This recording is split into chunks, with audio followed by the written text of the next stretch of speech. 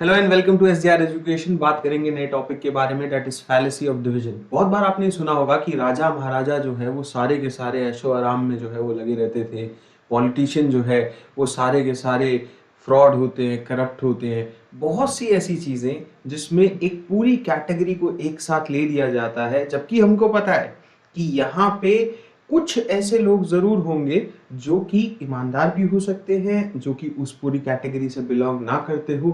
Basically fallacy of division इसी को कहा जाता है। जानते हैं, आइए।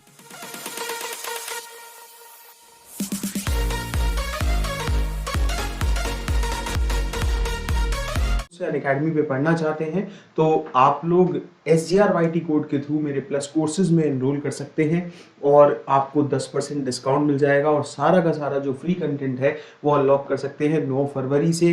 कॉमर्स जो मेरा सब्जेक्ट है और पेपर 1 की क्लासेस प्लस कोर्सेज में शुरू होने वाली है और रोज रात को जो 10 बजे की फ्री क्लास होती है उसे जरूर ज्वाइन करा करिए, जिसमें कि हम पेपर 1 के क्वेश्चंस को करते हैं। तो पहली बात जो आज करेंगे फैलेसी ऑफ डिवीजन में, देखिए बहुत आसान शब्दों में समझ लीजिए, जो मैंने आपको शुरू में एग्जांपल दिया कि अगर कोई चीज में सबको इंक्लूड कर लिया जाए और उसके बाद उस चीज को उसके हिस्सों पे भी लागू कर दिया जाए, इसे फैलेसी ऑफ डिवीजन कहा जाता है। कई सारे लोग इसे फैलेसी ऑफ कॉम्पोजिशन समझ लेते हैं, जो गलती आप लोगों को नहीं करनी है कि अगर मैंने किसी एक पर्टिकुलर चीज के बारे में ये कहा कि ये चीज जो है एक पूरे वर्ग पे लागू होती है तो फिर उसके हिस्से भी उसी में शामिल हो जाएंगे। तो मैंने अगर कहा कि पॉलिटिशियन सारे करप्ट होते हैं तो ईच एंड एवरी पॉलिटिशियन जो है वो करप्ट है, इस पे ये लागू हो गया, जबकि ये हकीकत नहीं है, इसीलिए इसे फैलेसी का नाम दिया जाता है। तो क्रिटिकल थिंकिंग में हम अक्सर ऐसी स्टेटमेंट्स देखते हैं जहां पे कॉमन लॉजिकल फैलेसी जो है वो आती है, जिसमें आप physical object, concept, group of people, हर उस चीज को जो है कंसिडर करते हैं और ग्रुपिंग करते हैं एलिमेंट की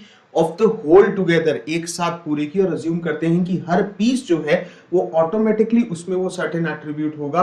लेकिन अक्सर आप ये करते हुए गलती कर रहे होते हैं और इसीलिए इसे जो है फैलेसी ऑफ ग्रामेटिकल एनालॉजी भी कहा जाता है, क्योंकि बहुत सारे आर्ग्यूमेंट्स में इसे अप्लाई किया जाता है। और इवन आप देखोगे जब डिबेट होती है स्पेशली रिलीजियस बिलीफ्स पे, तो अक्सर ये फैलेसी यूज की जाती है। फैलेसी ऑफ डिवीजन है तो फैलेसी ऑफ कॉम्पोजिशन जैसी ही, लेकिन रिवर्स में। तो ये बात देख लेना कि कभी फैलेसी ऑफ कॉम्पोजिशन और जो है फैलेसी ऑफ डिवीजन में मत उलझना। अगर आप कहेंगे तो मैं वीडियो बना दूंगा, कमेंट कर देना फैलेसी ऑफ कॉम्पोजिशन पे भी।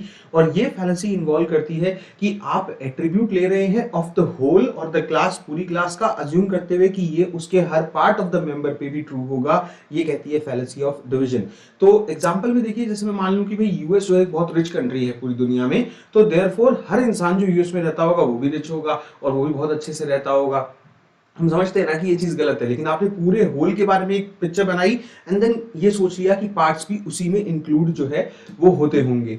देन बात आती है कि जैसे मान लो प्रोफेशनल स्पोर्ट्स प्लेयर्स को बहुत पैसा मिलता है, आउटरेजियस सैलरीज मिलती है, तो हर प्रोफेशनल प्लेयर जो है वो अमीर होगा। अमेरिकन जुडिशियल सिस्टम जो है वो फेयर सिस्टम है, तो वहां पे डिफेंडेंट को फेयर ट्रायल मिलता होगा और उसे जो है अनफेयरली एग्जीक्यूट नहीं किया जाएगा। तो होल के बारे में कंप्लीट एक उसको कैटेगरी को लेना और फिर उसके बाद ये सोचना कि उसके पार्ट्स पे भी यही चीज जो है वो लागू होती है। फैलेसी इसलिए क्योंकि हम समझते हैं कि भाई पार्ट्स में एक्सेप्शन हो सकते हैं, लेकिन हम यहाँ पर वो कंसिडर नहीं कर रहे हैं। जैसे एक बड़ा देखिए रिलीजन के मामले में जो है ये फॉल्स स्टेटमेंट है बाय द वे, तो इसको गलत तरीके से मत लेना। जैसे कई सारे एथिस्ट ये बोल देते हैं कि क्रिश्चियंस ने ना बहुत एविल थिंग्स करी हैं हिस्ट्री में, तो सभी क्रिश्चियंस जो हैं वो एविल एंड नास्टी हैं। अब ये चीज आप खुद समझते हैं कि अगर किसी धर्म में ऐसी चीज हुई है, मैं नहीं कहता कि ये हुई है, ऑब्वियसली ये सिर्फ समझाने के लिए एक एग्जांपल मात्र है जो कि आपको नेगेटिव सेंस में जान के दिखाया जा रहा है ताकि पॉजिटिव सेंस में दिखाया जाए। तो हम ये नहीं कहेंगे कि फिर क्या सारे क्रिश्चियंस वैसे होंगे, ऑब्वियसली नहीं, लेकिन होल के ऊपर अप्लाई कर दिया और जिसकी वजह से सोचा कि पार्ट्स भी उसके अंदर अपने आप आ जाएंगे, तो इंडिविजुअल्स आ जाएंगे। तो ये एथिस्ट ज्यादातर ये क्लेम करते हैं, जो गलत है। तो one common way using the fallacy of division is कि इसे गिल्ट बाय एसोसिएशन भी बोलते हैं, कि भाई आप उस कैटेगरी से जुड़ गए हैं, वो गिल्ट है उस चीज के साथ। तो ये एग्जाम्पल में हमको दिख भी रहा है कि भाई कुछ नास्टी कैरेक्टरिस्टिक्स एट्रीब्यूट कर दिए गए हैं एंटायर ग्रुप ऑफ क्रिश्चियनिटी के लिए, पॉलिटिकल, एथनिक या रिलीजियस ग्रुप के लिए यूज होती है और इसके साथ साथ उन्हें रिस्पॉन्सिबल कहा जाता है। तो हर मेंबर जो है ग्रुप का वो रिस्पॉन्सिबल हो जाता है। तो फॉर व्हाटएवर नास्टी थिंग्स जो आप कही जा रही है उसमें हर मेंबर शामिल हो गया, जबकि हकीकत में लेबल करना, गिल्टी करना किसी को इस तरीके से वो गलत है, क्योंकि एक्सेप्शंस होंगे, अच्छे लोग होंगे, बुरे लोग होंगे, हर धर्म में होते हैं। तो due to their association with that group उनके साथ ये नास्टी चीज जुड़ गई, गलत चीज जुड़ गई, तो इसे गिल्ट बाय एसोसिएशन की फैलेसी भी बोल दिया जाता है। तो यहाँ पे एक लास्ट चीज की, भाई प्लीज सब्सक्राइब करिए चैनल को, शेयर करिए वीडियोस को, ताकि आपको इतने इंटरेस्टिंग वीडियोस मिलते रहें। शुक्रिया and thank you so much.